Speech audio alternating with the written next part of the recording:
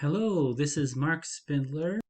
Hello, this is Mark Spindler of Solomon College.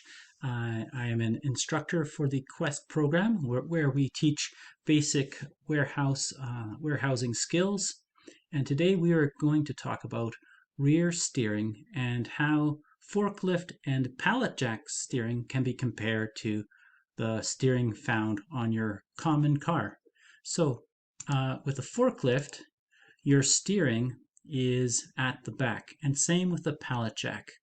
That rear axle can turn very sharply, um, and the pivot point, the point from where all of the turning happens, the point that stays still while you turn is that inside front tire.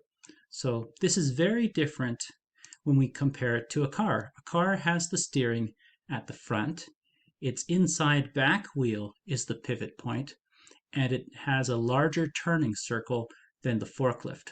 On the other hand, the forklift has its steering at the back, and the inside front wheel is the pivot point, and it has a shorter turning circle than the car. So the question is, if I don't have a forklift, I assume you don't, how do I get practice, or how do I get this concept into my mind? How do I get comfortable with this rear wheel steering? So my suggestion to you is that you go out into an empty parking lot and you put out some chairs, put out some pylons, something that's tall enough to see, and practice driving backwards around them and see how big your turning circle is.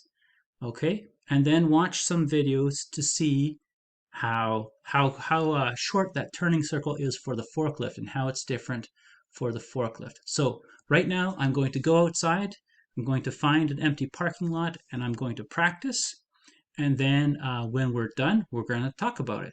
All right, so I'll see you outside. I'm going to get in the car. All right. All right, I'm outdoors. I got my car out here in a parking lot that there doesn't seem to be anybody around, so I will always look around for pedestrians to make sure it's safe. I have myself a little bit of an obstacle course. I have a chair there. I have this curb here, and I have another chair over on this side here. So I'm going to do a bit of driving. I'm going to get into the car, and I'm going to drive backwards the entire time. So let's look at that, and then we'll compare that with how forklifts drive. All right, I will see you in a bit. Let's go.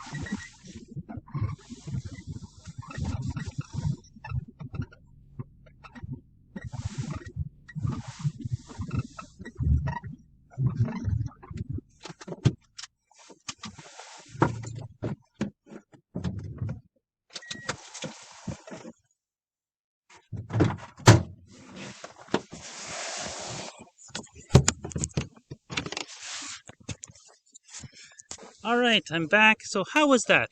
I think the main the two takeaways is how the where is the pivot point, right? So that's the rear back wheel, and that's going to stay still when you're turning, and then the turning axle for that car is at the front. Whereas for the forklift, it's the opposite. So so my suggestion to you is to go drive backwards and try and check that out. And so that's everything for today.